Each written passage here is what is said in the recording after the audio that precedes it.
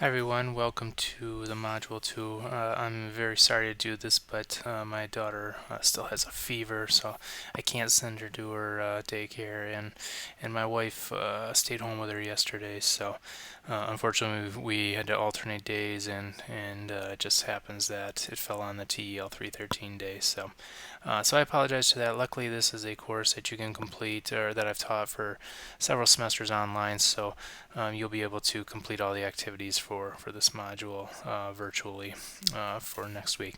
So I do have 4 little items that you have to complete. One is you'll post to a Padlet wall for a social networking unit.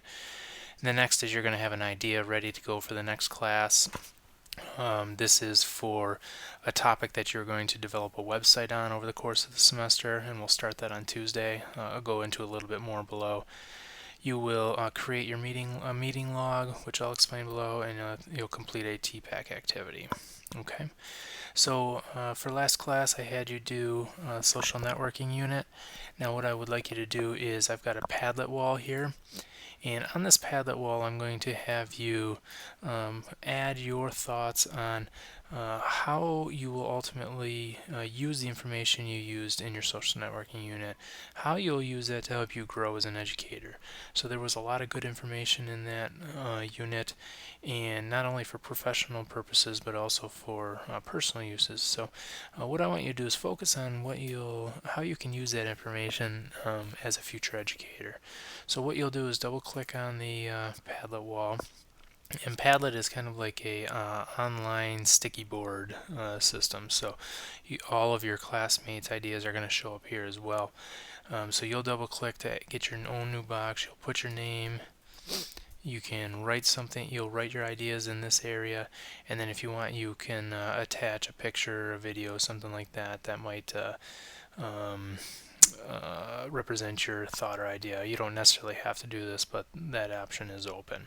Okay, and then it'll save automatically, and you'll be able to see what your classmates say. Okay. Next, our course project and our course layout. So as I mentioned earlier, we are going to be creating websites this semester based on a theme or a topic of your choosing. Now this should be something that you choose in an area that you want to teach in the future. So if it's dance, or if it's history, if it's math, whatever your topic you want to teach is. If you want to teach in a museum, choose a topic or a theme that you can develop over the course of the semester. I have some examples here that you can look at. We'll start building the website next week, and then throughout the rest of the semester we'll be adding different pieces to it. Okay, so for Monday or for Tuesday's class, all you have to do is have an idea, okay, to develop.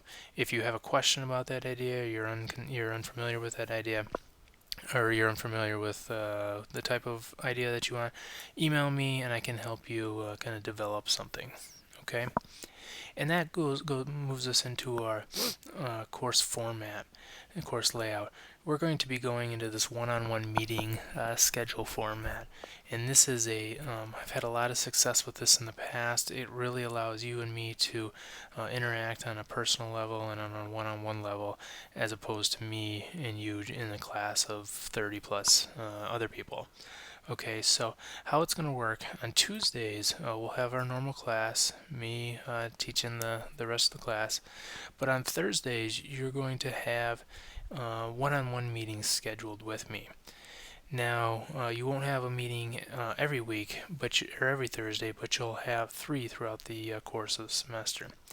Now I've got a link to one-on-one meetings over here, okay, and that'll bring up this.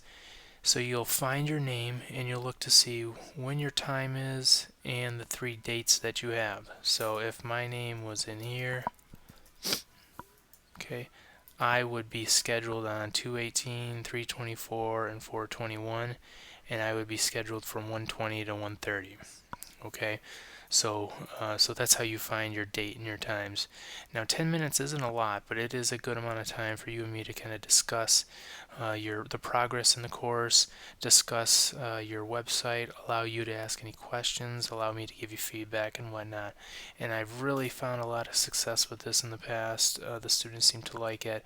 I definitely enjoy liking it because I get to know you a little bit better than just in a normal classroom. Okay, so make note of your dates and your times here so that you can so that we can make sure that we meet on those dates. Okay. So your attendance in those is critical. We have to have those 3 meetings. If for some reason you can't make the date and time that we have scheduled, then it'll be your responsibility to come see me during meeting office hours. We can connect virtually through video conference, but we'll have to meet those 3 times. And so to keep it convenient, because I know a lot of you said you're in the Farmer Payne area, we'll have our meetings in my office in the Farmer building on the 4th floor. Okay, so I'll review all this next week, but I just want you to kind of get an understanding of how we're going to transition from to this Tuesday-Thursday model, where Tuesdays are classes, Thursdays are one-on-one meetings, and during Thursday times you'll have the opportunity to work on your projects remotely from your house, from the computer lab, wherever you wanna meet. Okay. Now, during our meeting, we're going to be keeping a meeting log. I've got a meeting log here that you can click on. You are going to submit a meeting log to me. Now, when you open this up, you won't be able to type on it, but you're going to make your own copy.